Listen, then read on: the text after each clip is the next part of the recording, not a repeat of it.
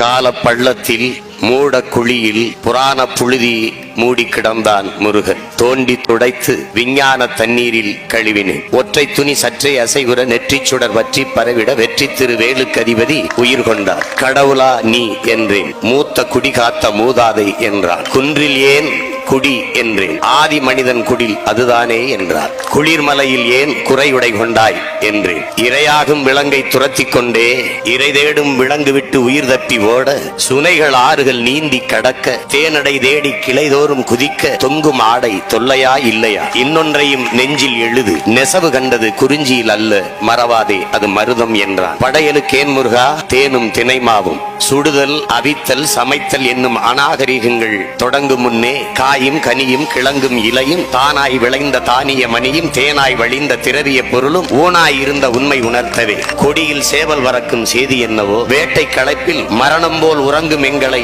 அதிகாலையில் எழுப்பும் முதல் பறவை அதுதானே என்றார். கல்லாயுதம் தோற்ற விடத்து வேலாயுதம் கண்ட முதல் மனிதன் நான் என்றார். வேலின் தொழில்கள் விளம்பக்கேன். வேட்டை காட்டில் வெற்றி தந்ததும் வேளாண்மைக்கு காவல் தந்ததும் மடவார் தம்மின் மானம் காத்ததும் மாற்றார் வெருட்டி மண்புலம் காத்ததும் முன்னோடிகளின் முன்னோடிகளை விளங்குண்ணாமல் அன்னால் காத்து ஆயுதமானதும் கைவேல் கைவேல் கைவேல் தானடா. கைவேல் இல்லையே நீ நான் ஏதடா. தாத்தா என்றேன் நான் பேரனே என்றான் முருகன். இருவர் தள்ளுவல் இறுக்கத்தில் நொறுங்கி சிதறி கிடந்தன நூற்றாண்டின் துகள்கள். கைவேல் கைவேல் கைவேல் தானடா. கைவேல் இல்லையே நீ நான் ஏதடா.